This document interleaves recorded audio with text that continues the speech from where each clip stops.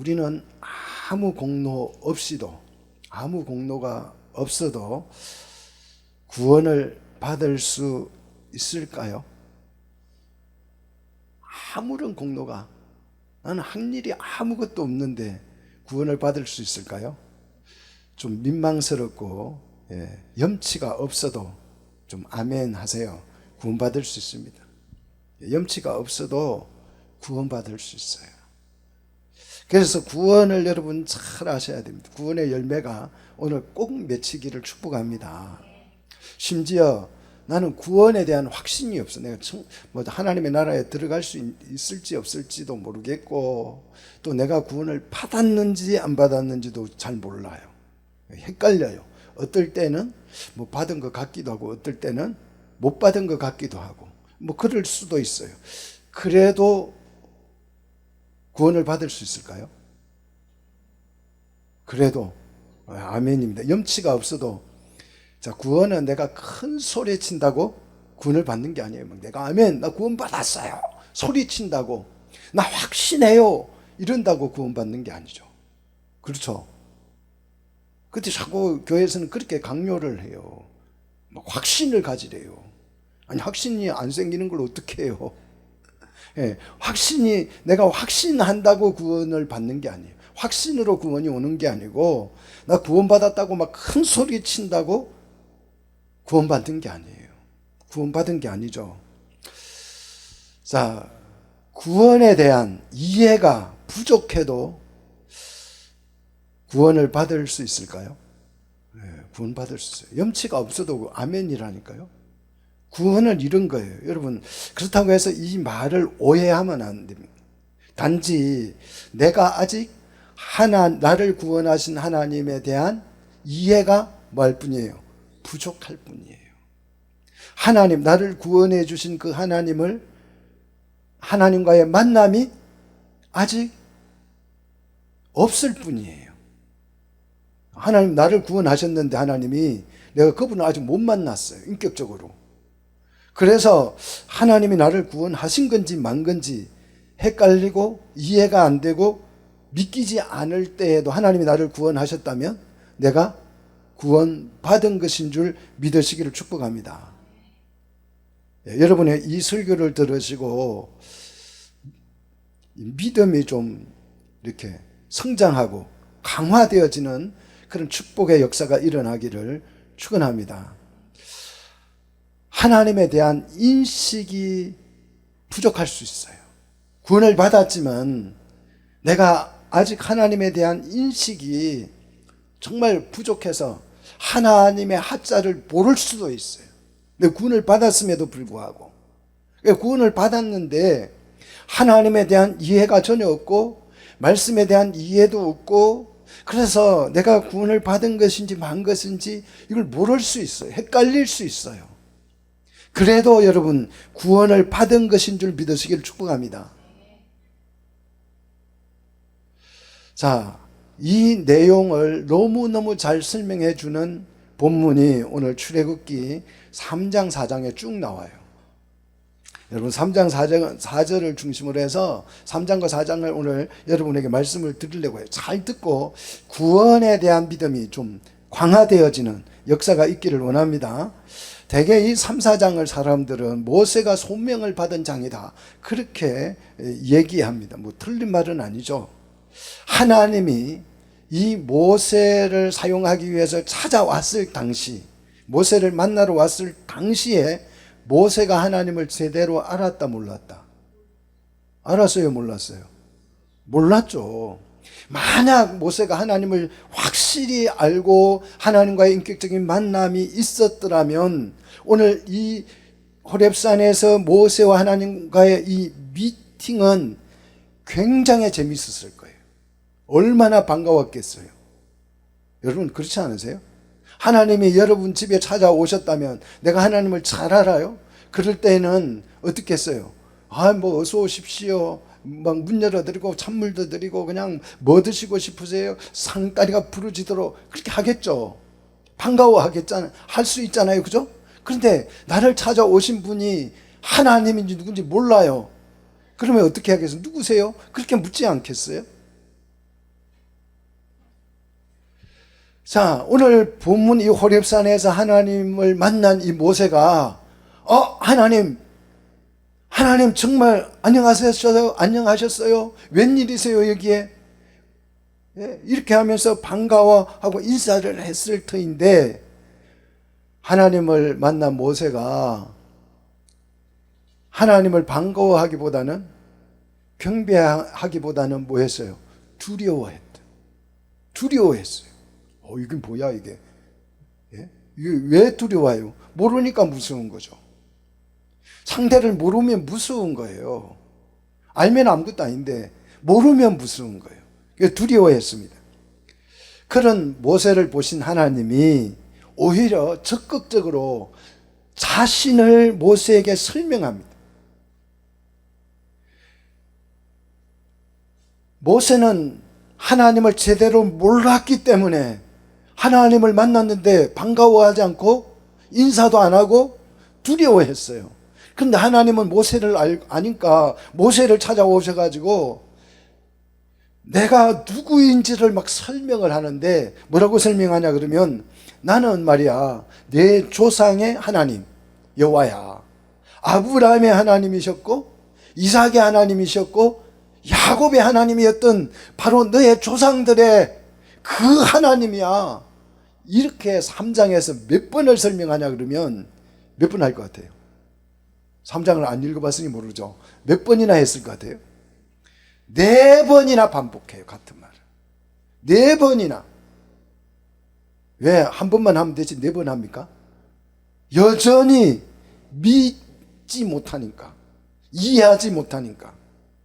그리고 3장 18절을 보시면, 3장 18절을 보시면, 자, 내 조상의 하나님일 뿐만 아니라 나는 히브리 사람의 뭐다? 하나님 여호와다. 이렇게 소개를 하죠. 재밌죠? 아니, 그 유대인들이 쭉 하나님을 믿어왔잖아요. 그런데 이 호렙산에서 하나님을 모세가 직접 만났어요. 하나님 모세를 직접 찾아오셨어요. 그러면 그렇게 쭉 믿어오던 하나님이 오늘 이 호렙산에 양치는 이 공간에 하나님이 나를 찾아오셔서 펄쩍펄쩍 뛰면서 감사하며 기뻐하면서 춤을 추면서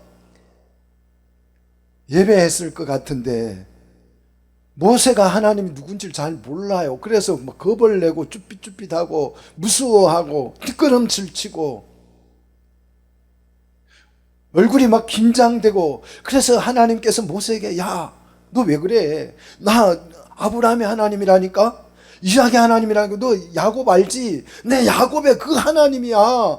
히브리 사람들의 하나님이었다고. 아직 그래도 몰라? 이렇게 지금 하나님이 자기를 소개합니다. 이 정도 하나님이 소개를 하면 모세가 어떻게 해야 돼요? 들었어요. 우리 아버지한테 들었어요. 어머니한테 들었어요. 우리 조상의 하나님 여호와가 하나님이었다고 하는 거 많이 들었어요. 바로 우리 고조 할아버지의, 청조 할아버지의 아브라함의 하나님, 이삭의 하나님, 야곱의 하나님, 그분이 맞나요? 이렇게 하면서 아는 척이라도 해야 되는데, 하나님 함자를 몰라. 함자가 뭔지 아죠? 이름을 몰라. 이름. 하나님이라고 자꾸 자기가 소개를 하니까, 그러면 내가 가서 이스라엘 자손들에게 하나님이 나에게 나타났다고 말을 해야 되는데, 이름을 알아야 소개할 거 아니에요. 이름을. 그렇잖아요. 내가 누구 만났어요. 누구 만났는데 그 만난 사람을 지금 소개를 하려고 해요. 연예인을 만났어요. 만났는데 소개를 하려고 그래요. 근데 그 연예인의 이름을 몰라요. 그래서 무슨 드라마에 나온 그 사람, 주인공 옆에 있던 사람 그래가지고 만났다고 할 수 있겠어요? 이름은 알아야 되잖아요. 근데 모세가 조상의 하나님이라고 하나님이 우겨대니까, 그렇다면 내가 이스라엘 백성들에게 가서 하나님이 나에게 나타났다는 이 사실을 이제 설명을 해야 하는데, 이름을 뭐라고 해야 되죠? 기가 막히지 않아요? 기가 막히지 않습니까? 여러분, 하나님 이름 아세요? 하나님 만났다며. 우리는 하나님 이름 알아야 되잖아요. 그래서 출애굽기 3장 14절에 하나님이 이제 드디어 자기 이름을 뭡니까? 소개합니다. 뭐라고 소개합니까? 나는 스스로 있는 자야. 스스로 있는 자. 여기까지 좋아요. 스스로 있는 자. 더 기가 막힌 것은 6장 3절 우리가 읽은 본문이에요. 6장 3절 이제 오늘 본문 드디어 본문으로 들어갑니다. 6장 3절에 보니까 내가 아브라함과 이삭과 야곱에게는 어떤 하나님으로? 전능한 하나님, 뭐든지 다 할 수 있는, 힘이 센, 그 힘이 엄청 세가지고 뭘 다 할 수 있는 전능한 하나님. 요걸 엘샤다이 그럽니다. 엘샤다이. 난 전능한 하나님. 요 하나님이라는 말은 우리가 그냥 하나님이면 신이 하나님이라고 생각하죠. 그게 아니고 그냥 그 하나님이라는 이 엘이라는 말은 그냥 신이라는 뜻이 우리나라. 나는 전능한 신이야 이 말입니다. 전능한 신. 이 신을 우리는 한국에 수입해 올 때 뭐로 번역했다고요? 하나님으로 번역한 거죠. 우리는 신을 뭐라고 생각했어요? 하나님으로 생각했기 때문에. 그래서 우리는 이 신이라는 단어를 엘이라는 이 신이라는 단어를 하나님으로 번역해서 여러분이 하나님 하는 거예요. 하나님 부르면 신이여 이 뜻입니다. 신이여 이 뜻이죠. 근데 이 신은 어떤 신이다? 전능한 엘샤다이다. 자, 엘샤다이로 나타났으나 나의 이름을 그래요. 나의 이름을 자, 드디어 하나님 이름 공개합니다. 나의 이름을 누구로? 여호와로. 그래서 여러분의 이름이 몇 자예요? 세 자죠. 하나님도 이름이 세 자잖아요. 여호와로 그들에게는 알려줬다 안 알려줬다? 안 알려줬다. 이거 알려주지 않았다. 밑줄 딱 쳐놓으십시오. 창세기 사람들, 이 출애굽기니까 창세기 사람들은 아브람, 이삭, 야곱 어디 사람들이에요? 창세기 사람들이죠. 창세기 때기잖아요, 이 사람들. 그죠? 창세기 출신들은 여호와라는 이름을 알았다 몰랐다? 몰랐다. 왜? 안 알려줬다. 안 가르쳐줬다. 야고르지? 하면서 안 가르쳐줬다는 거예요. 그래서 그냥 창세기 사람들은 이름을 몰랐어요. 이름은 모르고 그냥 뭐라고 불렀어요? 엘샤다이. 힘센 하나님. 뭐든지 다 해내는, 뭐든지 척척 다 해내는, 막 애도 낳아주고, 애도 낳게 하고, 막 병도 고쳐주고, 적군도 물려쳐주고, 뭐든지 다 하는 그런 신. 이렇게 창세기 사람들은 하나님을 생각했다는 거죠. 왜요? 이름을 가르쳐줬다 안 가르쳐줬다? 안 가르쳐줘가지고 하나님 이름 가르쳐주는 걸 아브라함에게는 깜빡했어요. 깜빡했어요. 그래가지고 아브라함이 하나님 이름 알아요 몰라요? 몰라요. 자, 학자들은 성경을 쭉 읽어가다가 6장 3절을 읽다가 4절로 못 넘어갑니다. 왜 그럴까요? 충격을 먹어가지고. 왜 여러분 충격을 안 먹는 거 보니까 말씀을 이해하고 있다 못하고 있다? 못하고 있다. 큰일 났어요. 큰일 났어. 말씀을 아셔야 돼요. 말씀에 관심이 생기셔야 뭐가 돼도 되는 겁니다. 자, 학자들은 왜 충격을 먹냐? 이게 도대체 무슨 말이냐는 거예요. 이게 무슨 말이냐? 아니, 창세기 사람들은 여호와라는 이름을 몰랐다고? 안 가르쳐 줬으니까 몰랐어야 하잖아요. 그래요, 안 그래요? 창세기 읽어보셨어요, 안 읽어보셨어요? 읽어봤더니 여호와라는 이름이 나와요, 안 나와요? 헷갈려요. 안 나와요. 아주 용감합니다. 용감하면 또 50점이에요. 50점. 용감한 그 용기가 50점. 자, 창세기 여호와라는 이름이 수도 없이 많이 나오죠. 많이 나와요. 그런데 이제 여호와께서 뭘 하셨다. 여호와께서 뭘 하셨다. 그 여호와 이름이 나오지만 여호와께서 하셨다. 그거는 그냥 하나님의 이름을 사용해서 글을 쓴 거고 실제 이제 창세기 사람들이 여호와라고 하는 이름을 불렀느냐 하는 거예요. 불렀을까요? 안 불렀을까요? 여호와라는 이름은 나오지만 창세기 사람들, 아브라함이나 이삭이나 야곱이나 아니면 아담이나 이런 사람들이 하나님 만났을 때 에일 샤다이라고 안 부르고 여호와 안녕하세요 이렇게 이름을 불렀다 안 불렀다? 자신 없어요? 성경을 좀 읽으시라니까. 그러니까 자 4장 1절을 보십시오. 4장 1절, 창세기 4장 1절이에요. 창세기 4장 1절 보시면 아담이 가인을 낳고 내가 그랬어요. 내가 누구죠? 아담이죠. 아담이 누구로 말미암아?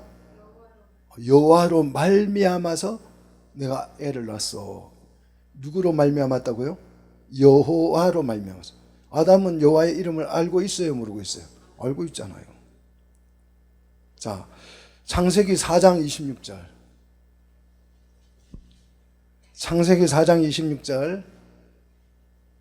자, 사람들이 비로소 여호와의 이름 불렀대요. 누가요? 그냥 그 당시에 보편적인 사람들이 예배할 때는 누구의 이름을 불렀다? 여호와의 이름을 불렀다.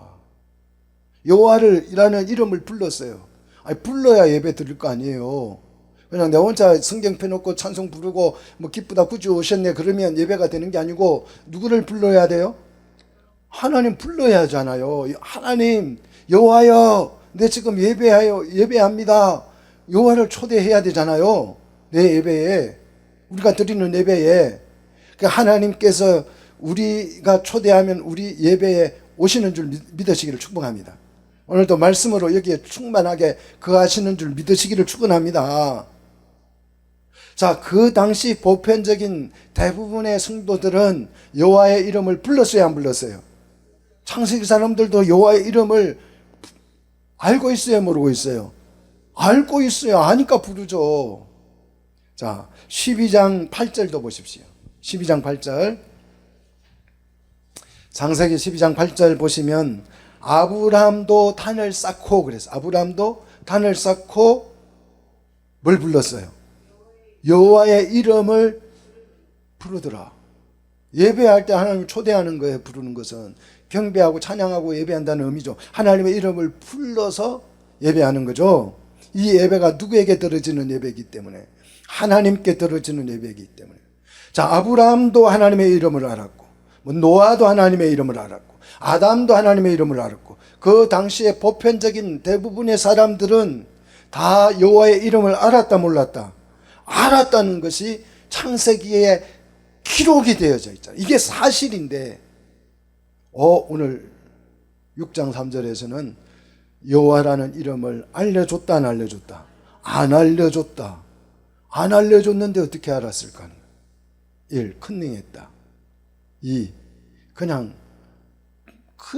몰랐는데 그냥 불렀는데 그 이름이 진짜 이름이었어. 개똥이라고 불렀는데 진짜 개똥이었어. 뭐 그런 식이다. 예. 여러분, 하나님이 세 번째 거짓말한다. 뭐겠어요? 하나님 지금 모세가 뭘 잘 모르잖아요. 그러니까 거짓말하는 거예요. 창세기를 안 읽었거든, 모세가. 그러니까 내가 아무한테도 안 알려줬어. 니한테만 알려주는 거야. 그런 것입니까? 여러분이 목사라면 여러분 성도들에게 이 구절을 뭐라고 설명해 줄 거예요? 아니, 안 알려줬다는데 창세기에 다 여호와의 이름 불렀는데 이게 하나님 거짓말 하는 거 아니에요? 이렇게 성도가 질문하면, 여러분 자녀들이 질문하면 뭐라고 설명할 거예요? 그냥 믿어. 그냥 안 알려주면 안 알려준 거야. 창세기는 그냥 저가 어쩌다가 알았겠지. 그걸 뭐 따져. 그렇게 할 거예요? 어떻게 할 거예요? 요 구절 때문에 정말 온갖 설들이, 신학자들의 그 이론들이 막 쏟아지죠. 막 성경을 편집했느니 뭘 했느니. 그래서 참 그럴 때마다 저는 너무너무 안타깝죠. 제가 오늘 이 부분을 설명을 해드리려고 합니다. 이걸 이해하려면 우리가 가장 신앙생활 하면서 중요하게 여기는 것, 여기는 이 개념, 이 개념에 대한 이해가 있어야 돼요. 그게 우리가 가장 중요하게 신앙생활 할 때 가장 중요하게 여기는 개념이 뭐예요? 구원이죠. 그렇죠? 구원을 이해하셔야 돼요. 창세기에서 이 구원이라는 단어가 나올까요, 안 나올까요? 구원. 창세기에. 좀 자신있게 대답해요. 창세기에 구원이라는 단어가 나올까요, 안 나올까요? 안 나와요? 그래. 50점이에요, 또 50점. 6번 나옵니다. 6번. 구원이라는 말이 6번 나오지만 창세기에서 구원이라는 개념은 거의 없어요. 거의 없습니다. 6번 중에 5번은 지금 우리가 말하는 이 구원이라는 단어가 아니에요. 그러니까 안 나오는 거죠. 6번 중에 5번은 우리가 말하는 이 구원 개념의 단어가 아닙니다. 자, 한번 성경을 보십시오. 창세기 37장 21절을 보십시오. 자, 창세기 37장 21절 보시면 구원이라는 이 개념이 소개돼요. 자, 소개되는데, 자, 21절에 보니까 구원이라는 단어 나와요, 안 나와요? 나오죠. 자, 이 구원이라는 이 개념을 한 절 내려가 가지고 22절을 보시면 나와요, 안 나와요? 나오죠. 구원이라는 단어가 2번 나와요. 2번 나오는데 밑에는 구출이라고 돼 있죠. 21절에는 구원이라고 돼 있어요. 구출은 뭐고 구원은 뭡니까? 참 웃기지 않으세요? 똑같은 단어, 히브리는 나찰이라 그래요. 남을 이렇게 구덩이에서 요셉을 이렇게 건져주는 거, 죽을라 하는 걸 살려주는 걸 우리는 뭐라고 그래요? 구출. 이 구출이라는 단어를 구원이라고 번역을 하고 그 밑에 절에서는 또 구출이라고 번역하고, 이 번역하시는 분들이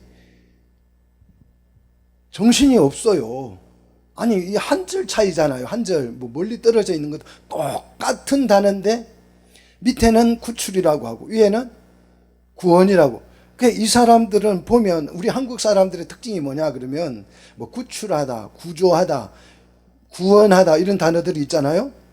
이런 단어들이 나오면 구원, 구출, 뭐 구조 이런 단어가 나오면 전부 다 뭐로 생각해요? 한국 사람들은 그냥 무조건 구원이야, 구원. 이렇게 우리나라 사람들이 구원을 외쳐대요. 정말 구출이라는 단어를 구원으로 번역해버려. 그래서 창세기에 이런 식으로 몇 번 나온다? 6번 중에 5번이 나와요. 6번 중에 5번. 뭐 생명을 살렸다 그러면 그것도 구원이에요. 생명이 계속 주어진다 그러면 그것도 구원이고. 전부 다 6번 다 5번을 6번 중에 5번을 그렇게 번역해 놨어요. 그래서 창세기에 막 구원이 많이 나오는 것처럼 느껴져요.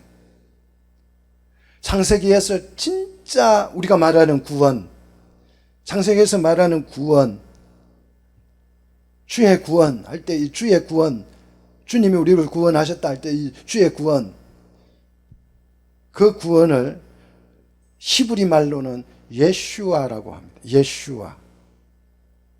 주의 구원. 예슈아. 그 예수님이 요 단어에서 생긴 거예요. 예수님이.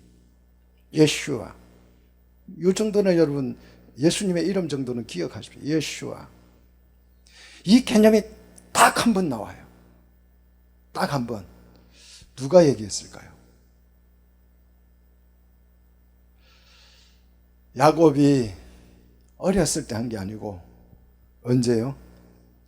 죽기 직전에, 임종 직전에 자녀들을 모아놓고 기도를 하죠. 이스라엘 민족이 이루어질 거에 대한 그 민족에 대한 그 나라, 하나님의 왕국에 대한 그 어떤 12지파로 세우는 그런 임종적 기도를 하는데 49장, 창세기 49장 여러분 18절 처음으로 성경 최초로 진짜 예슈아라는 단어가 여기에 한 번, 창세기에 딱 한 번 등장합니다. 최초로, 성경 최초로 하나님 말씀 기록된 최초로 구원이라는 단어가 처음 등장해요. 자, 여호와여 나는 주의 뭘요? 예슈아를 기다리나이다. 주의 구원을 기다리나이다. 이게 끝이에요. 창세기에서 구원이라는 단어는 이게 딱 한 번 나와요. 주의 구원을 내가 뭐한다? 기다린다. 이게 끝입니다. 자, 창세기에는 구원을 받았다는 개념이 있어요, 없어요? 없어요. 구원을 뭐하는 수준이에요? 기다리는 수준. 구원을 소망하는 수준으로 창세기에는 끝이 납니다. 그래서 요한은 나의 구원이라는 개념이 있다 없다? 창세기에는 없다는 거죠. 아직 이게 제대로 성립이 되지 않고 소개되지 않았다는 것입니다. 하나님이 알려주지 않았다는 것입니다. 구원을 소망하는 상태로 창세기는 끝나요. 그래도 창세기 성도들은 구원을 받았다 안 받았다? 구원을 받았다 못 받았다? 받았다. 구원의 개념을 아직 나는 잘 몰라. 구원이 구출인지 구조인지 이것도 잘 헷갈려. 그래도 구원을 하나님이 하신 사람은 구원을 받았다 못 받았다? 안 믿어도 그냥 몰라도 무조건 다 구원한다 그 뜻이 아니에요. 그렇게 오해하시면 안 돼요. 그럼 불신자도 다 구원하고 뭐 그렇게 생각하시면 안 돼요. 구원, 하나님이 구원한 사람은, 하나님이 구원을 해낸 사람은 그 사람이 상태가 어떻든지 간에 하나님이 구원을 하셨으면 구원을 받은 것이다. 믿습니까? 내가 받은 줄 몰라도 받은 것입니다.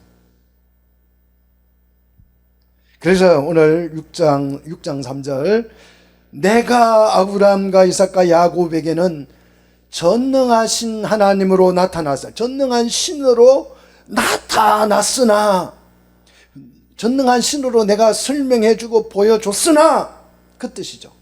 그래서 창세기의 사람들은 하나님은 힘센 하나님, 무엇이든지 다 해낼 수 있는 그런 신으로 하나님을 생각했습니다.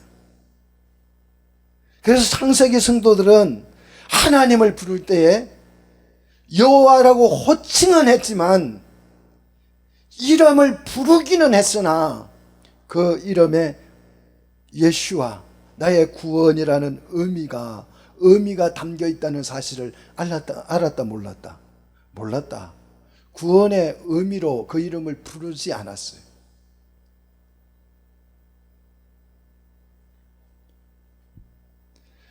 여호와여 나의 구원을 기다린다. 그냥 소망 수준으로. 그것도 야곱이 마지막 직전에 딱 한 번 주의 구원을 나는 기다리고 있어요. 이러고 그냥 꽥하고 죽은 게 끝이에요. 왜요? 왜 그랬을까요? 나의 이름을, 진짜 하나님의 이름의 의미를, 이름을 안 가르쳐 줬다는 게 아니고 이름의 의미를 그들에게는 알려줬다 안 알려줬다? 안 알려줬었기 때문에 호칭으로 이름은 불려졌어요. 호칭으로는 가르쳐 주셨지만 실제 그 이름의 의미를 설명했다 안 했다? 왜 안 했을까요? 왜 안 했을까요? 이제 출애굽 때 설명을 해주려고 실감나게. 제 유튜브의 닉네임은 앙겔리아예요. 그래서 사람들이 저를 앙겔리아라고 알고 있습니다. 그런데 앙겔리아가 가끔 무슨 뜻이에요? 묻는 사람이 있어요. 이제 그런 사람에게는 앙겔리아라는 뜻을 제가 얘기해 주죠. 여러분도 닉네임 하나쯤 만들어 놨잖아요. 그러면 그 닉네임 뭐 말하지만 호칭으로 가르쳐 주지만 그 이름의 의미를 특별한 사람에게는 설명하죠. 그 얘기예요. 출애굽기 관점에서는 여호와가 호칭으로 가르쳐 준 거죠. 그러니까 여호와여 여호와여 부르는데 여호와가 무슨 뜻인지를 몰랐어요. 그냥 이름인가 보구나. 그래서 전능하신 신의 이름이 뭐다? 여호와다. 이렇게 알았어요. 그래서 전능한 신이 필요할 때는 여호와 이렇게 여호와를 찾은 거죠. 근데 그 여호와가 무슨 뜻이야? 창세기 사람들은 안다 모른다? 모른다는 거죠. 그래서 창세기 성도들은 여호와의 이름의 의미를 모르고 그냥 힘센 신은 누구다? 여호와다. 이렇게만 알고 있었다는 거죠. 근데 출애굽기로 넘어오시면 여호와는 나의 구원이시다라는 의미를 확실하게 이해하게 돼요.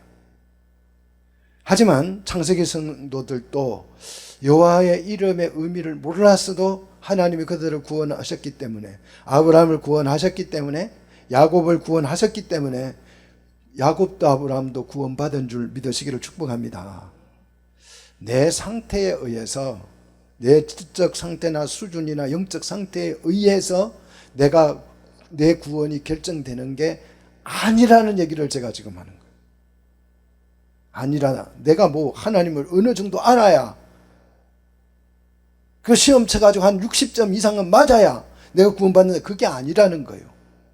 내가 하나님에 대해서 아는 바가 1도 없어도 하나님이 나를 구원한 것이라면 내가 구원받은 줄 믿으시기를 축복합니다.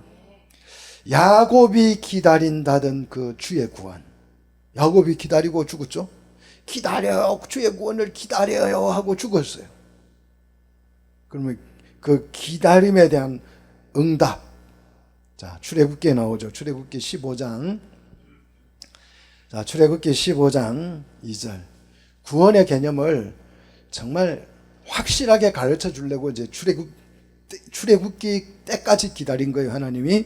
자, 출애굽기 15장 2절. 실제로 야곱이 기다린다던 그 소망이 실현되죠.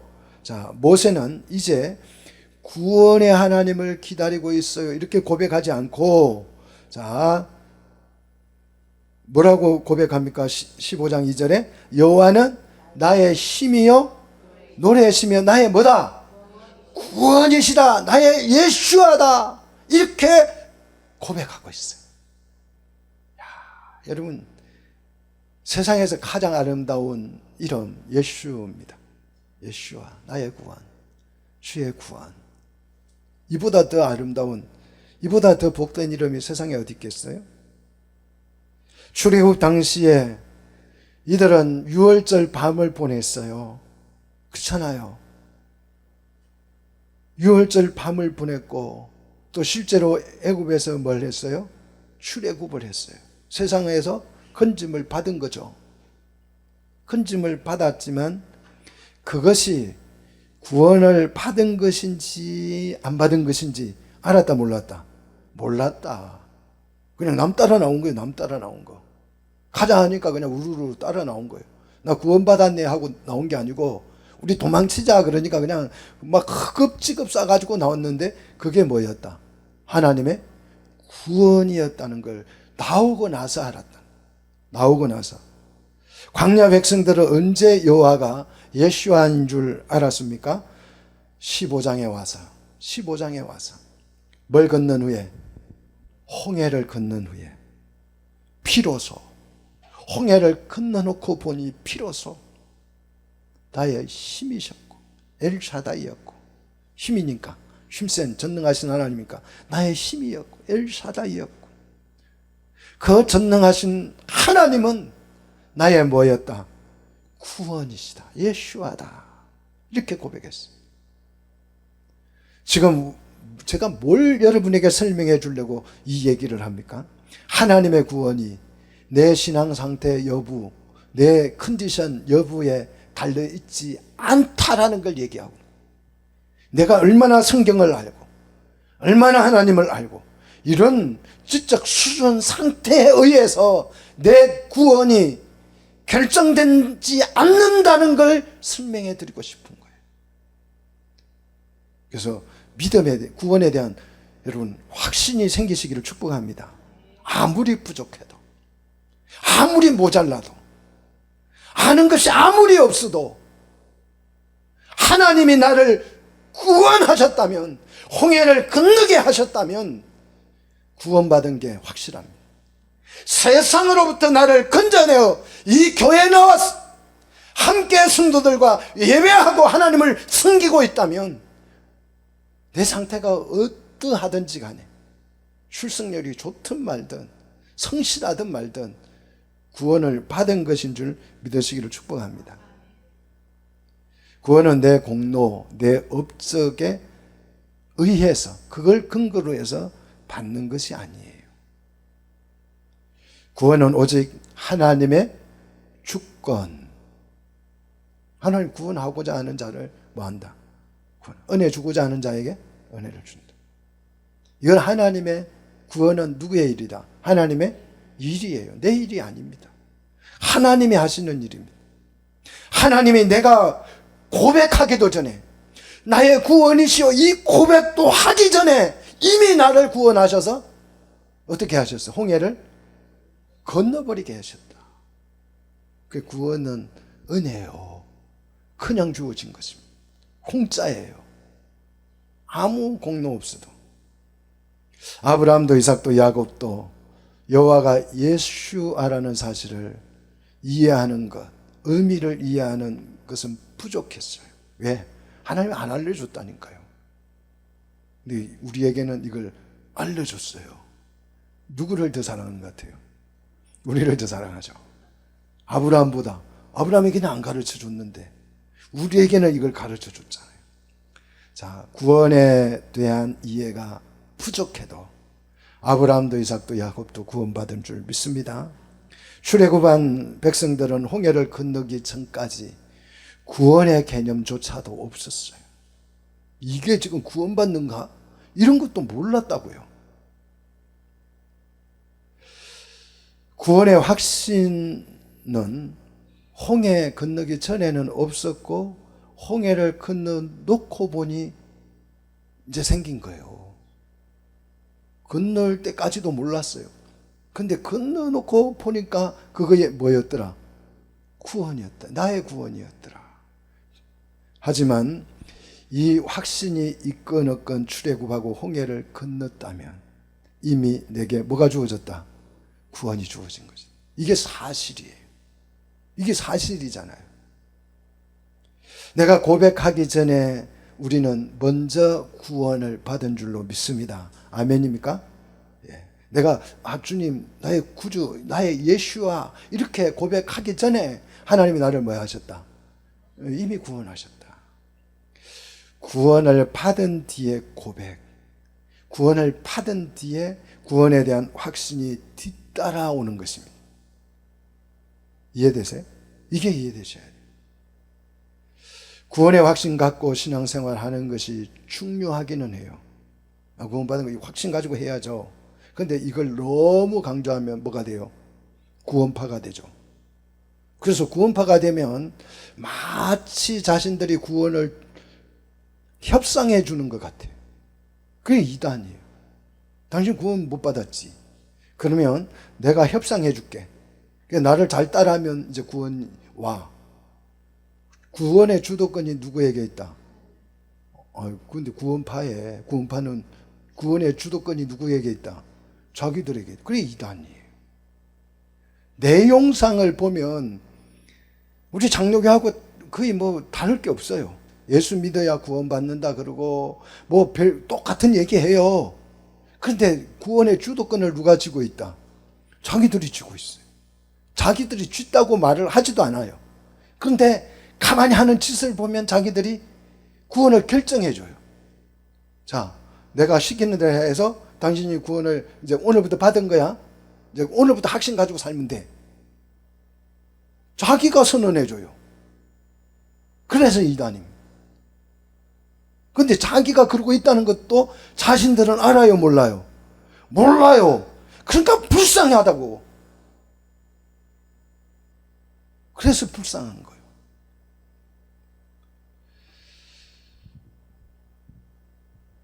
내가 나를 구원하신 하나님을 이해하지 못하고 있기 때문에 내가 구원에 대한 확신이 조금 부족할 수 있어요. 헷갈릴 수 있어요. 나를 구원하신 하나님을 내가 제대로 이해를 했다면 안 헷갈려요. 모세처럼 나의 구원이시오, 나의 힘이시오, 이렇게 고백할 수 있다니까요. 근데 내가 하나님을 잘 모르니까, 나를 구원해 주신 그 하나님을 모르니까 내가 구원을 받은 것인지 안 받은 것인지 헷갈리고 갈등할 수도 있습니다. 그럴지라도 주님이 홍해를 건너게 하셨으면 구원을 받은 줄로 믿으시기를 축복합니다. 하지만 헷갈리는 채로, 갈등하는 채로 멈추어져 있으면 안 되는 거예요. 구원을 받은 사람. 헷갈리는데, 그냥 헷갈리는데도 그냥 책을 덮으면 안 돼요. 문제를 풀다가 이거 헷갈려, 그런데도 그냥 에라 모르겠다 덮어놓으면 모르는 거예요. 헷갈리는 건 어떻게 해야 돼요? 책을 열어서 다시 뭐가 헷갈리는지 봐야 되죠. 나는 그냥 구원을 받았는지 안 받았는지 잘 헷갈려 그냥. 근데 구원의 개념이 내가 생겼어. 구원의 개념이 생겼다고 하는 거, 헷갈리거나 말거나. 구원이라는 단어가, 예수아라는 단어가 불려져요. 예수라는 이름이 불려지고 막 하에서, 그래도 헷갈려요. 그 헷갈리는데도 그냥 모른 척하고 책을 덮어놓고 있으면 그 사람은 가짜 구원이, 가짜겠죠. 절대 그럴 수가 없죠. 그런데 한국교회 대부분의 성도들은 딱 여기서 멈춥니다. 여기서 멈춰 있어요. 구원받은 성도는요, 구원의 하나님을 어떻게 할까요? 알고자 애써야 안 써요? 애써요. 구원의 하나님을, 내가 구원을 받은 게 헷갈리지만, 나를 구원하신 것 같아. 이분이 막 나를 나오라 그래가지고 홍해를 건너게 했어. 건너와서 보니까 애국 군대는 다 죽고 사망해서 내가 살아났어요. 근데 이게 구원받은 건지 안 받은 건지 막 헷갈리기 시작해. 그럴 때에 이런 사람들은 그 나를 구원했는지 안 했는지 알기 위해서 성경을 어떻게 한다? 죽자 살자 배운다. 말씀을 읽는다. 묵상한다.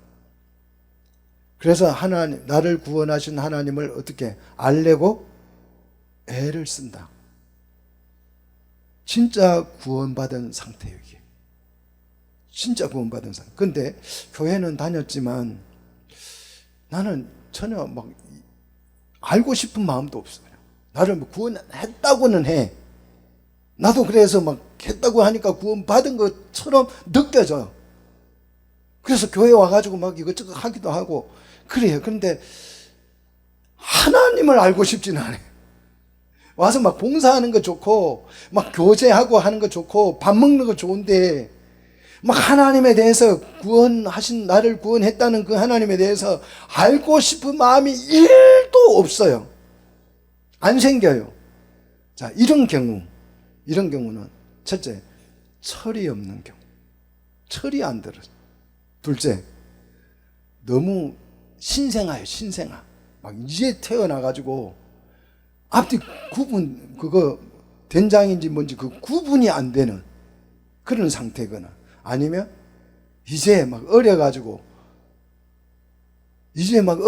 기어다니면서 엄마인지 아빠인지 아저씨인지 아줌마인지 옆집 아저씨인지 우리 할아버지인지 구분이 안 되고, 고모인지 이모인지 구분이 안 되는 그런 상태의 수준이죠. 이 수준의 신앙인들에게는 말씀을 이렇게 떠먹여줘야 돼요. 와서 들으라 그러고, 배우라 그러고, 입 벌리라 그러고, 먹으라 그러고. 여러분, 애 키우는 거하고 똑같은 거예요. 그래서 말씀을 먹여야 하죠. 그래서 말씀을 조금씩 받아 먹다가 이제 성장하면 어떻게 될까요? 내 손으로 밥을 먹어야죠. 그래서 내 손으로 성경 보는 거예요. 목사가 그냥 읽어오세요. 제가 신명기 한 장 읽어오라 그랬는데, 안 읽어오신 분 양심으로 손 드세요. 양심으로. 마음속으로 드세요. 마음속으로. 괜히 또 손 버쩍 들면 시험 들잖아요. 옆에 사람이. 와, 안 읽었어? 그것도 안 읽고 왔어? 옆에 사람 시험 든다니까. 그럼 목사도 시험 들어요. 읽어오라 그랬는데 아무도 안 읽어오면 시험 드니까 그냥 마음으로 손 드세요. 우리끼리 하나님만 아시게. 그죠? 자, 성장하면, 밥을 떠먹여서 성장을 하면 어떻게 될까요? 이제 내 손으로 먹을래. 내가 스스로 성경을 공부하고 스스로 성경을 배우고 성경을 알고 싶어하고 그러는 거예요. 이 과정을 베드로와 바울과 히브리서에 너무 자세하게 기록이 되어져 있습니다. 우리 베드로 얘기를 들어봅시다. 베드로전서 2장 2절입니다. 베드로전서 2장 2절. 자, 베드로전서 2장 2절. 자, 초기 신앙을 베드로는 이야기합니다. 이제 어린아이, 아주 갓난아이, 이제 막 구원을, 그 홍해를 막 건넜어요. 그래서 이거 구원인지 뭔지 이거 몰라요. 구원인지 8원인지 뭐 7원인지 5원인지 구분을 못해요. 그냥 홍해 막 건너가지고 정신없이 건너가지고 헐레벌떡하고 있는, 이제 막 갓 출산을 한, 갓 태어나서 막 앞에 사물이 보이는지 안 보이는지, 귀에 뭐가 들리는지 안 들리는지 잘 모르는 아주 갓난 아기 수준. 이 아이들은 순전하고 신령한 뭘 사모해요? 젖을 사모해요. 구원받은 사람은 젖을 사모해요. 신생아는 젖을 사모합니다. 젖은 내 손으로 먹어요, 못 먹어요? 먹여줘야 먹는 거예요. 물려줘야 먹는 거죠. 그래서 구원을 향하여서 성장해야 한다는 그 어떤 속에 있는 DNA의 어떤 그 성향 때문에 막 젖달라고 난리예요. 젖달라고. 구원인지 이게 뭐 내가 먹고 사는 건지 죽는 건지, 이게 독인지 뭐 이게 간식인지 몰라요. 그냥 입에다가 넣어주면 무조건 뭐 하려고, 살라고, 성장하려고 먹는 거예요, 이 아이는. 그래서 이 구원을 받은 사람은 순전하고 신령한 젖을 사모해요. 순전하고 신령한 젖이 뭘까요? 말씀이죠. 말씀을 막 갈아서 쉽게 부드럽게 해서 먹여야죠. 자, 그 다음에 바울의 얘기를 한번 봅시다. 바울, 고린도전서 3장 1절 2절. 고린도전서 3장 1절로 2절을 보시면 신령한 사람이 나와요.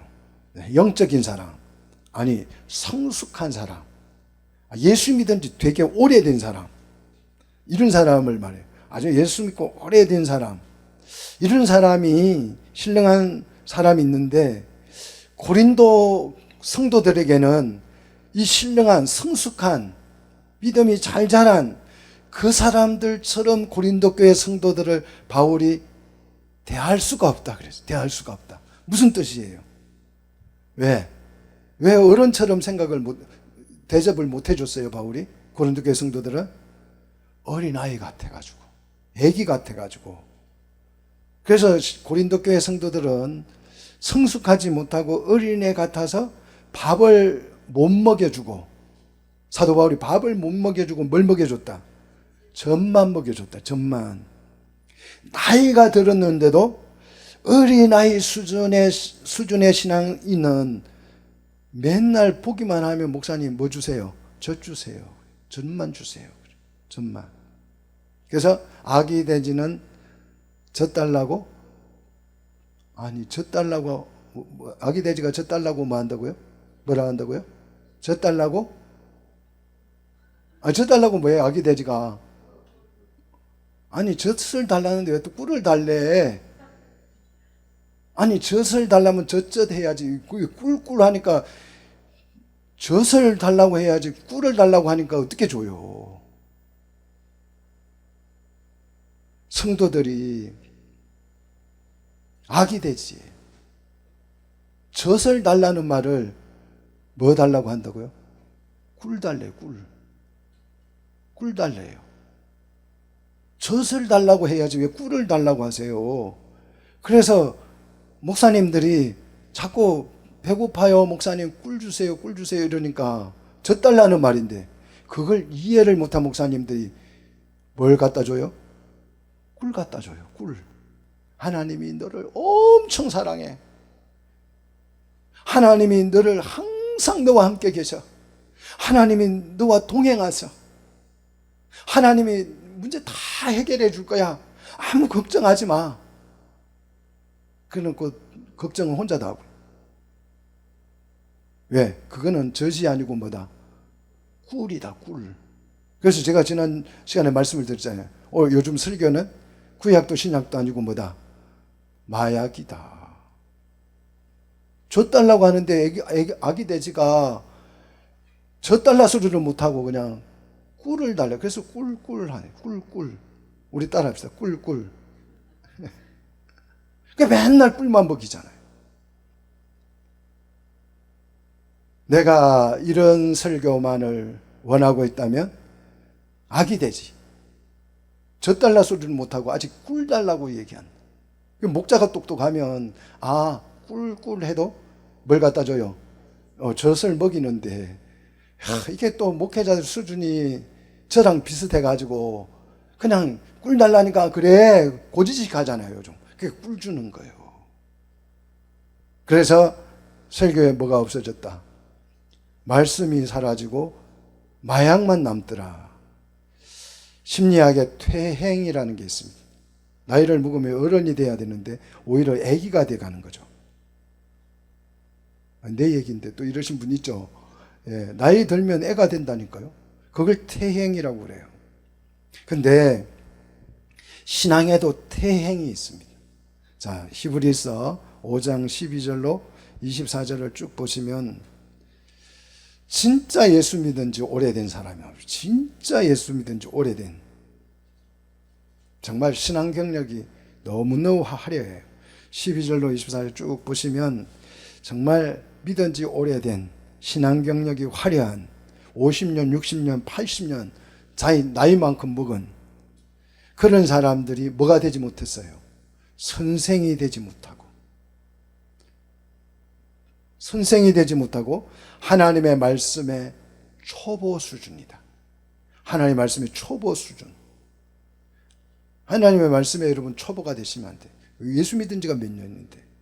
그래서 초보 수준이어서 남에게 가르침을 받아야 할 처지가 됐다는 거예요. 가르침을 받아야 할 처지. 예수 믿은 지가 너무 오래됐는데 퇴행이 돼가지고 말씀의 초보 수준에 그대로 있어가지고 아직도 80년 동안 내가 성경을 남에게 배워야 할 처지가 돼 있다. 그래서 이런 성도는 단단한 음식을 먹는다, 못 먹는다? 못 먹는다. 진짜 하나님의 말씀, 제대로 된 하나님의 말씀을 먹을 수 있다, 없다? 없다. 장성한 성도는 지각을 사용해서 연단을 통해서 선악을 분별할 줄 아는 거죠. 선악, 뭐에 대한 선악일까요? 옳고 그름이 아니죠. 듣기 불편하지만, 듣기가 불편하고 거북하지만 이게 진짜 하나님 말씀이야, 이렇게 옳다라고 분별하는 거. 듣기는 굉장히 좋고 마음을 시원하게 해주는데 이거는 거짓 설교야. 선과 악을 분별할 수 있게 된다는 거죠. 말씀을 먹고 성장하면 어린 성도 입에는 달달한 말씀만 찾습니다. 듣기에 달달한 말씀만 찾아요. 그래서 젖을 못 떼고 있어요. 아직도. 몇 년 동안요? 80년 동안. 그래서 남이 해주는 말씀만 들어요. 목사님 설교해 주는 것만 들어요. 그리고 관심이 없어요. 내 손으로 말씀을 먹을 생각이 1도 없어요. 그냥 교회 와서 젖을 먹은 그 힘으로, 저 힘으로 그냥 사는 거예요. 일주일 버티고. 말씀을 여러분 읽고 말씀의 통치를 받으시면 여러분의 삶이 어떤 환경에 있든지 승리하는 삶이 될 거예요. 말씀이 앞서 달려갈 것입니다. 여러분 말씀 읽고 말씀을 힘입어서 한번 도전해 보십시오. 맨날 젖달라고만 하지 마시고. 언제까지 어린아이 모습으로 교회 와서 말씀만 받아 묻고 그냥 그걸로 살라고 하세요? 언제까지? 이제 내 손으로 말씀을 퍼먹을 때가 됐잖아요. 이제 내가 말씀을 내 손으로 먹고 이제는 내가 내 나이 정도 되면 신앙 연륜이 이 정도 쌓였으면 남에게 이제 말씀을 뭐 해야 돼요? 가르칠 수 있는 수준이 돼야 되잖아요. 그런데 아직도 남에게 가르침을 받아야 할 처지로 살아가고 있다. 이게 한국교회 성도들의 모습이다. 그래서 실제로 오해에 다녔어도 성경 얘기하면 아무것도 몰라요. 그 오늘 출애굽기 6장 3절을 읽어도 충격이 안 와요. 왜? 말씀에 관심도 없고 모르니까 이게 뭔 말인지 그냥 기록되어져 있는 거는 글이고 말씀이고 그냥 읽고 이해도 안 되는데 읽고 넘어가는 거죠. 단단한 말씀을 먹으셔서 먹을 수 있는 장성한 성도가 돼서 어떤 말씀도 여러분이 소화해낼 수 있는, 그래서 반드시 무슨 열매를 맺자? 말씀의 열매를 맺자. 이게 축복입니다. 말씀의 열매를 맺으셔서 성숙한 성도가 되시기를 주의 이름으로 축원합니다.